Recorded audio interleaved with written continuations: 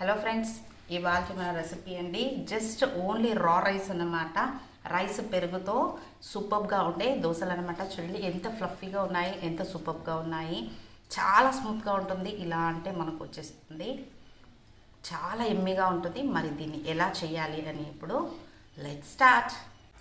చూడండి, ఇక్కడ నేను బియ్యాన్ని నానబెట్టుకున్నాను. ఒక 4 hours వరకు నానితే చాలు. రేషన్ బియ్యం ఉంటే వాడుకోండి, ఇంకా సూపర్గా వస్తాయన్నమాట. ఒక కప్పు రైస్ తీసుకున్నాను నేను. దానికి ఇక్కడ ఒక 1/4 కప్పు వచ్చి నేను పెరుగు తీసుకున్నాను నేను. ఇప్పుడు ఈ పెరుగు రైస్ కాస్త సాల్ట్ యాడ్ చేసేసి దీన్ని మంచిగా గ్రైండ్ చేసి దోశ పిండిలాగా రెడీ చేసి తీసుకొచ్చేద్దాం. చూడండి, మనం గ్రైండ్ చేసి తెచ్చుకున్న పిండిని ఒక బౌల్లోకి ఇలా ట్రాన్స్ఫర్ చేసేసుకోండి. ఇప్పుడు నేను సాల్ట్ వేసి గ్రైండ్ చేసేసుకున్నాను. దానికోసం ఒక కొంచెం వంట సోడా యాడ్ చేసుకున్నాము, మన దోశలు ఫ్లఫీగా రావడానికి. ఇప్పుడు ఒక కప్పు బాగా సన్నగా కట్ చేసుకున్న ఆనియన్స్ని వేసుకుంటున్నాను.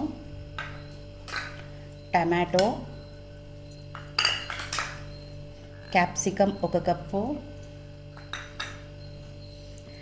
క్యారెట్ని కూడా సన్నగా కట్ చేసుకున్నాను, వాటిని కూడా ఒక కప్పు,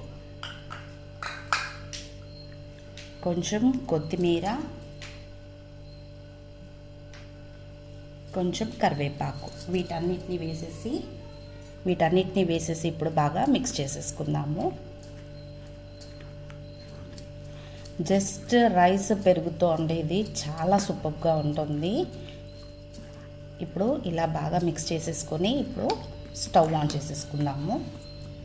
చూడండి, నేను ఇక్కడ ఒక తవా పెట్టేసుకున్నాను. మీరు కావాలంటే రౌండ్ ప్యాన్ పెట్టుకోండి.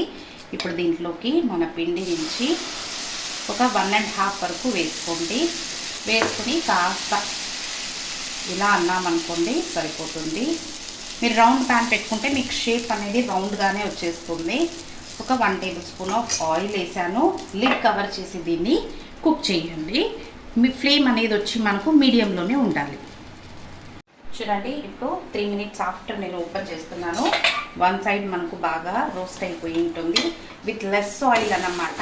ఇప్పుడు ఇంకొక సైడ్కి ఫ్లిప్ చేసేసి దీనికి ఇంకొక 1/2 tablespoon ఆఫ్ ఆయిల్, అంతే అండి.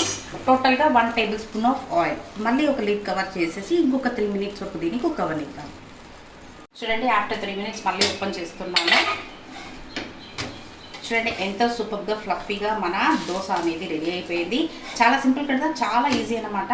మరి మీరు కూడా ఒకసారి తప్పకుండా ట్రై చేయండి. మీకు ఎలా వచ్చిందో నాకు కమెంట్లో తెలపండి. నా ఛానల్ని సబ్స్క్రైబ్ చేసుకోండి. This is learnings with Geetha. Thank you for watching.